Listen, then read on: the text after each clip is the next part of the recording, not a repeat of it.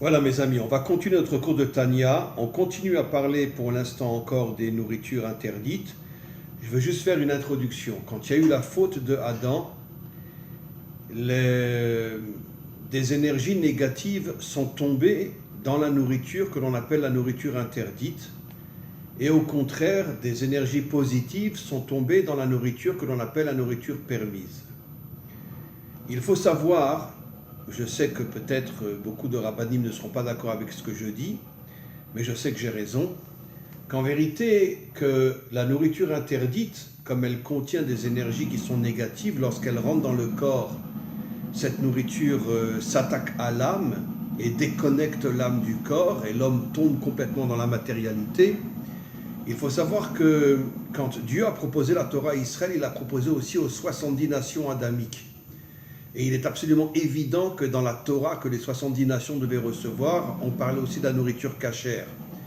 Parce que tous les descendants d'Adam et Ève ont une âme, à part les idolâtres, mais ceux qui sont vraiment de vrais Bnei Adam ont une âme, et lorsqu'ils mangent de la nourriture non cachère, à ce moment-là, ça détruit leur âme, ça déconnecte l'âme du corps, et finalement le corps tombe complètement dans la matérialité.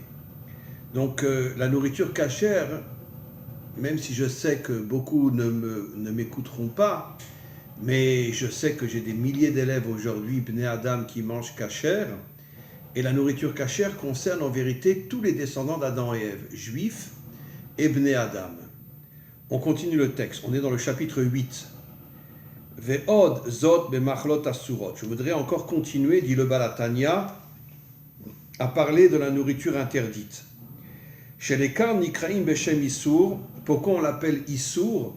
Issour vient aussi du mot Le'essor, qui veut dire être enfermé dans une prison. Lorsque quelqu'un mange une nourriture qui n'est pas cachère, il s'enferme dans la matérialité et dans toutes les mauvaises choses qu'il y a dans la matérialité, la corruption, la débauche, etc. Et comment l'expliquer dans l'avant-dernier cours, dans le dernier cours, pardon, avant celui-là, la nourriture cachère aide l'homme à se purifier sur le plan sexuel. Mais s'il ne mange pas cachère, c'est sûr qu'il va tomber complètement dans l'impureté. Alors, maintenant, on va parler de quelque chose de spécial. Quelqu'un, sans le savoir, mange une nourriture interdite. Il pensait que la nourriture était cachère, mais en vérité, on lui a servi quelque chose qui n'est pas cachère. Belo Oda. Et lui ne savait pas ça. Les Shem Shamaim Lavod Hashem Bekor. Et lui, il pensait manger quelque chose de cachère pour pouvoir servir Hashem, étudier la Torah, accomplir les commandements, etc. Vegam Paal Va'asaken. Et après cette nourriture, lui ne savait pas qu'elle n'était pas cachère. Il veut servir Hashem. Vekara, il étudie, Veitpalel, il prie, Bekoara Achila Aï, par la force qu'il a reçue de cette nourriture non cachère. Qu'est-ce que le Baal HaTanya nous dit? En achayut sheba ole umitlabeshet betevot haTorah ve'atfila. La nourriture qu'il a mangée, comme elle n'est pas cachère, elle ne lui donne en vérité aucune force authentique. Kemo haeter, comme s'il avait mangé une nourriture cachère. Mipne isura bide asitra achara, parce que cette nourriture-là, elle est entre les mains de l'impureté. Mishalosh klipot atmeot, des 3 klipot qu'on appelle impurs, des 3 écorces qu'on appelle impures. Ve'afilu ou isur des rabanan shechamurim divre sofrim, et même s'il mange une nourriture non cachère, qui est seulement interdite d'après les rabanan, c'est-à-dire que ce n'est pas une interdiction de la Torah, mais une interdiction que les Chachamim d'il y a 2000 ans ont rajoutée, malgré tout, il tombe aussi. Velachen, gama yetzerara, vekor amitabe, les dvarim asurim, ou shed mishedim nochim. Maintenant, il dit quelque chose d'absolument incroyable. En vérité, dans la nourriture non cachère, se cache un démon. Ça veut dire une énergie qui provient d'un démon, qui rentre dans la nourriture, et qui va nous faire complètement tomber. Et ce démon, c'est quoi? Sheu Yetzerara Shalumot Akum. Ça veut dire en vérité, ce démon-là, qui rentre dans la nourriture non cachère, il vient de tous les peuples qui sont des Ovdei Avodah Zarah, qui sont des idolâtres. Il y a jusqu'à aujourd'hui encore beaucoup de peuples idolâtres. Quand tu rentres dans une église catholique, tu as plein de statues et les gens s'agenouillent devant une statue et prient à Marie ou prient à Jésus. C'est de l'idolâtrie pure, ce qui n'est pas le cas des protestants et ce qui n'est pas le cas des évangélistes. Ils n'ont pas de statue dans leur église. À combien plus forte raison les musulmans qui n'ont aucune statue dans leur église, dans leur mosquée, pardon, et bien sûr les juifs. Mais les catholiques sont de vrais idolâtres. Et parce qu'ils prient devant une statue. Je veux dire, en 2022, prier devant une statue, je crois qu'il faut être complètement fou pour ne pas se rendre compte que la personne est complètement débile. Comment qu'on peut s'agenouiller et prier devant une statue? Et donc, les idolâtres, leur âme vient des écorces impures, et le Yetzer Hara lui-même, encore une fois, comme il le dit, est un démon qui rentre dans la nourriture et qui s'attaque à l'âme, qui s'attaque au corps et qui fait tomber complètement les personnes dans l'idolâtrie et dans la débauche et dans toutes les saletés de ce monde. Entre parenthèses, les protestants, eux, se marient, les prêtres protestants se marient, et donc c'est quelque chose de très très positif qu'un prêtre protestant se marie. Attendez, quelqu'un a sonné là.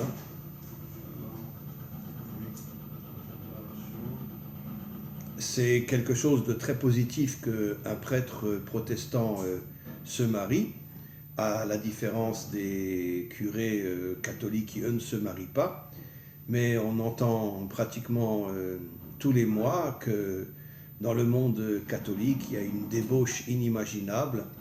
Et bon, je ne voudrais pas préciser tout ce que je sais parce que j'ai été en contact avec des prêtres catholiques qui m'ont raconté des choses absolument inimaginables en ce qui concerne le Vatican et d'autres choses, des souterrains sous le Vatican, des prostituées qui arrivent, et les cardinaux passent la nuit avec elles.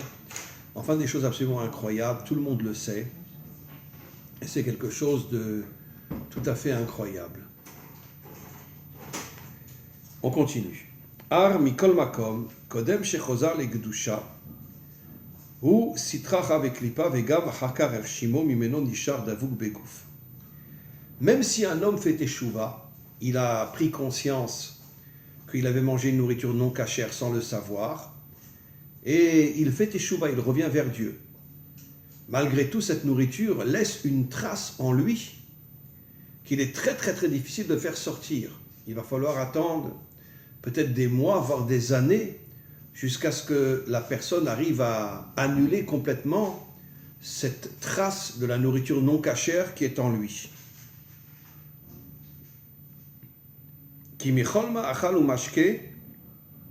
Parce que la nourriture rentre dans le sang et dans la chair, et donc c'est la raison pour laquelle, sauf si la personne fait une teshuva avec une force inimaginable, si ce n'est pas le cas, il va falloir attendre que le corps, quand la personne va mourir, que le corps se décompose dans la tombe pour pouvoir justement chasser la nourriture non cachère qu'il a mangée, encore une fois, sans le savoir. Ve'al dvarim batelim be'eter kegon avodah she'eino yachol lilmod tzarich leta'er nafsho mitumat zu deklipa zu al yedei gilgula bekaf hakela. Et donc, la personne qui a mangé non cachère, même sans le savoir, elle va tomber dans une vie absurde, ce qu'on appelle dvarim batelim. Traduction en français, une vie qui n'a plus aucun sens. La nourriture non cachère nous fait tomber dans une vie qui n'a absolument aucun sens. Et donc, la personne, bien sûr, n'étudiera pas, ne se rapprochera pas de Dieu, et même si elle fait semblant d'être un curé, de toute façon, on sait tous ce que 80% des curés catholiques font aujourd'hui et comment ils s'amusent. Et donc, ils tombent complètement dans l'impureté Et il va falloir, après la mort, une réparation terrible jusqu'à ce que la personne arrive à extraire d'elle toute cette impureté qu'elle a emmagasinée. Mais la personne tombe plus encore dans quelque chose de beaucoup plus grave, l'etzanout, c'est-à-dire en vérité quelque chose de superficiel. La personne ne veut plus une vie sérieuse, une vie authentique, une vie véritable. Elle tombe dans ce qu'on appelle en hébreu la letzanout, ça veut dire la légèreté. Et aussi le lachon hara, la médisance. Quelqu'un qui mange non cachère sera le premier à parler en mal contre les autres. À parler en mal contre les autres, ça veut dire que finalement, lui, il se prend pour le fils de Dieu. Et tous ceux qui ne sont pas comme lui, il parle sur eux d'une manière très négative. Et tout ça vient de cette impureté qui est rentrée en lui, dont il n'est même pas conscient. Et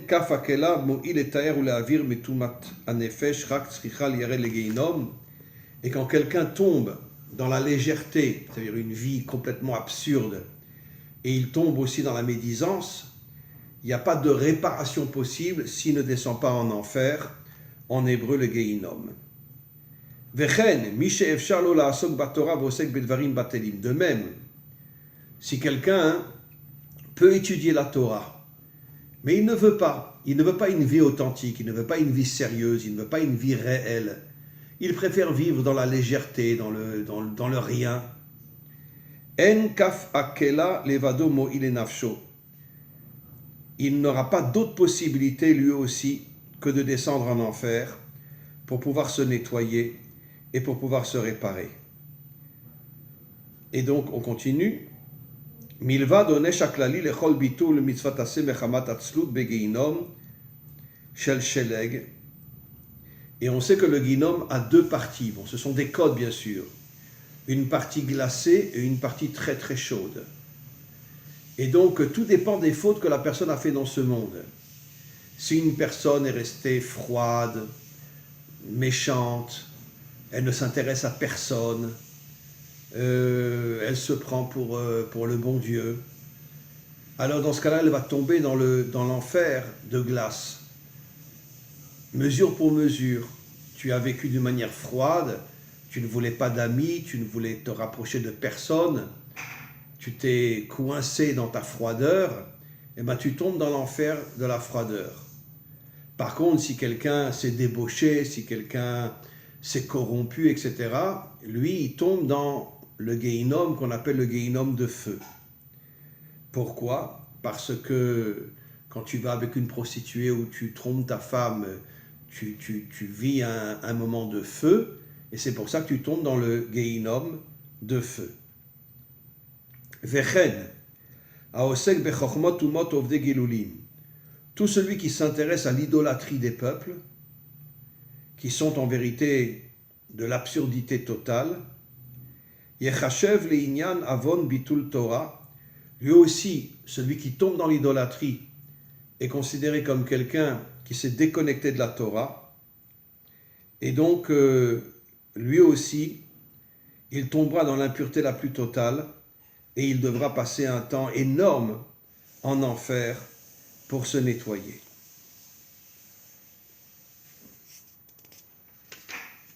Je lis encore quelques phrases et puis après on va expliquer. Un instant. Et l'homme, lorsqu'il tombe dans l'idolâtrie, dans la débauche, dans la corruption, il n'est plus un homme, dit le Baal HaTanya, il devient un animal. Zu benafsho habehemit. Il devient un animal, même s'il marche sur ses deux jambes, dans son intériorité, c'est un véritable animal.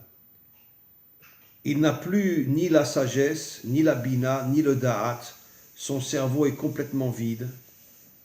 Et il court après toutes les bêtises de ce monde. Mais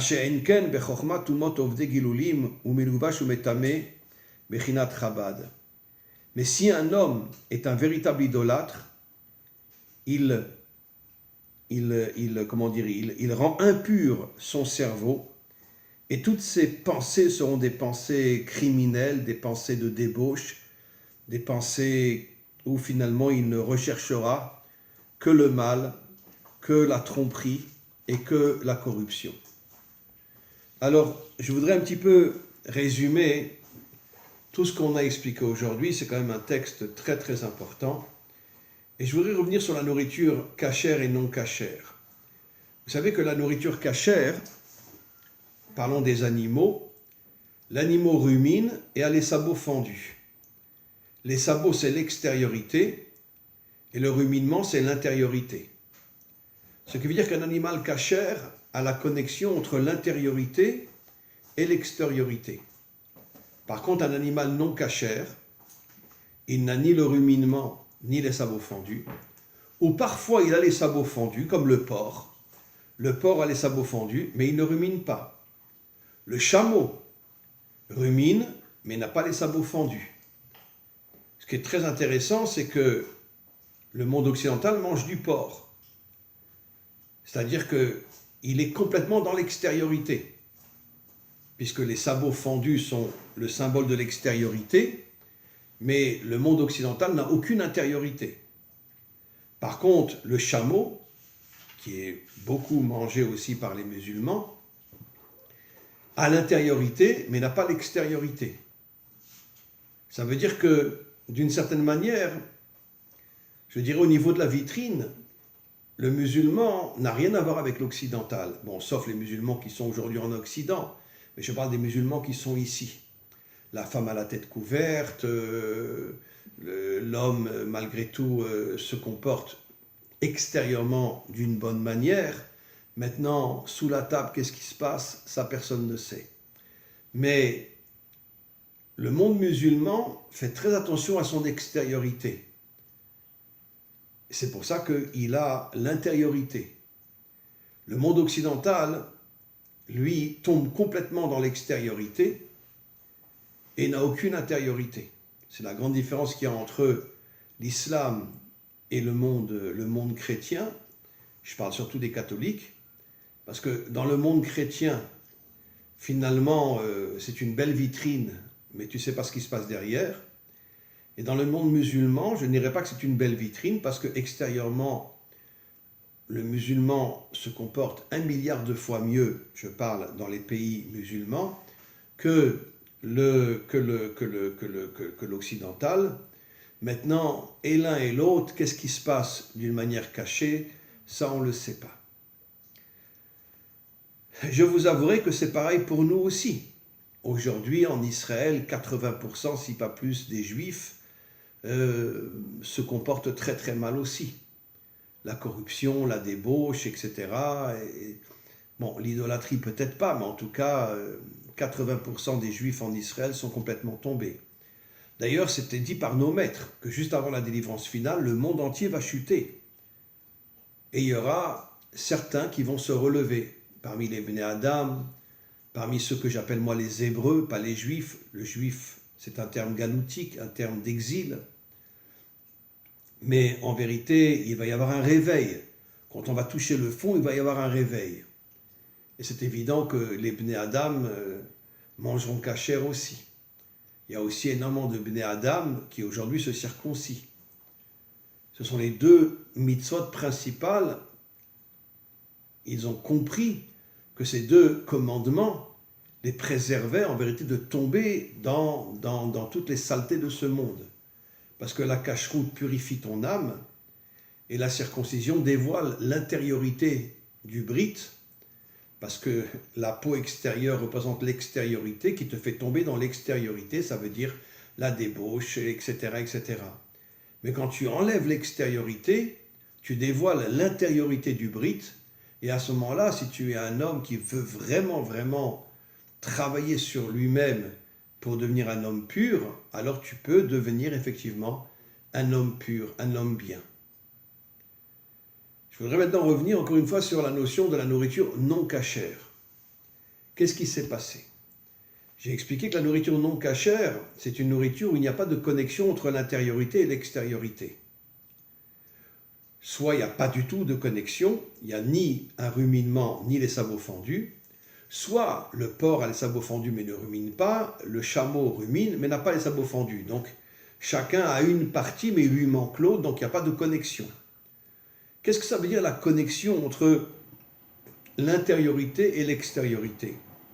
En vérité, c'est tout simplement la réussite du couple. Chose qui n'existe plus dans le monde d'aujourd'hui à quelques exceptions près. C'est quoi la réussite du couple? Nos maîtres nous disent que la femme représente l'intériorité et l'homme l'extériorité. Lorsque le couple réussit, alors il y a une connexion entre l'intériorité et l'extériorité, exactement comme dans l'animal cachère, la connexion entre l'intériorité et l'extériorité. Maintenant, quand il n'y a pas de réussite dans le couple, alors la femme tombe elle aussi complètement dans l'extériorité, comme on le voit aujourd'hui. C'est une catastrophe aujourd'hui comment les femmes se comportent aujourd'hui, surtout dans le monde occidental, pas dans le monde musulman. Dans le monde musulman, les femmes ont la tête couverte, ont une certaine pudeur. Je ne sais pas ce qui se passe dans leur chambre, mais en tous les cas, extérieurement, elles gardent une certaine pudeur. Et comme les femmes juives pratiquantes ont aussi une pudeur. Mais dans le monde occidental, aujourd'hui, c'est une véritable catastrophe ce qui se passe. Les femmes s'habillent n'importe comment, font tout pour qu'on puisse voir tous les détails de leur corps, etc. C'est quelque chose d'absolument catastrophique. Et pourquoi? Je viens de dire que la femme était censée représenter l'intériorité, mais c'est à cause de la nourriture non cachère.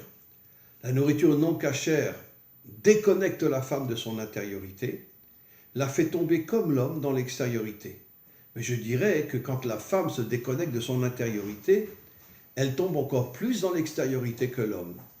Parce que bon, l'homme, quand il est dans la rue, je veux dire, il n'est pas à moitié nu. Mais la femme, elle est oui. Et donc, et ne parlons pas sur les plages. Donc ça veut dire qu'en vérité, exactement ce qui s'est passé avec le serpent. Bon, le serpent, c'est un code. Pourquoi le serpent s'est attaqué en premier à Chava, à Ève?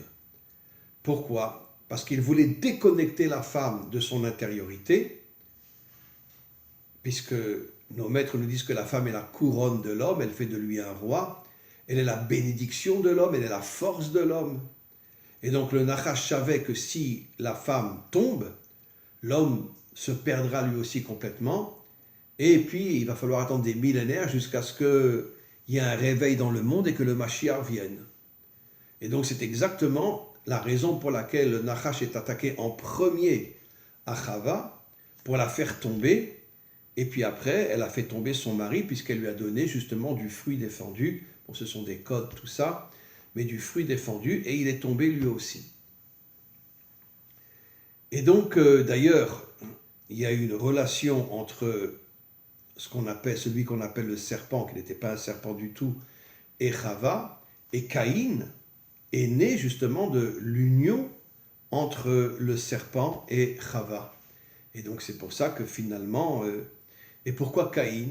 Parce que justement, comme c'était au départ un homme qui était censé être un homme d'action dans le monde, alors justement, tout le projet du serpent, c'était de faire tomber Caïn pour que lui non plus ne puisse pas réparer le monde.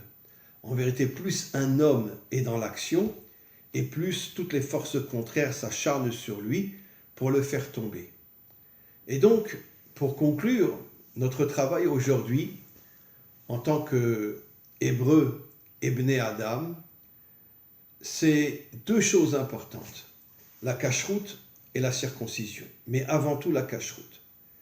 J'ai énormément d'élèves Bnei Adam qui mangent cachère, et c'est quelque chose de très très important, parce qu'encore une fois, ça n'a rien à voir avec la Torah des Juifs. La nourriture non cachère tue ton âme, te déconnecte de ton âme et te fait tomber dans toutes les saletés de ce monde.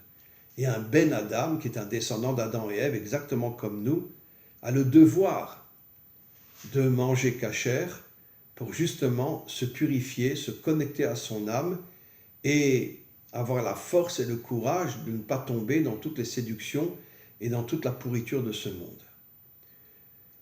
Voilà, on va arrêter notre cours et on reprendra Bezrat Hashem très bientôt.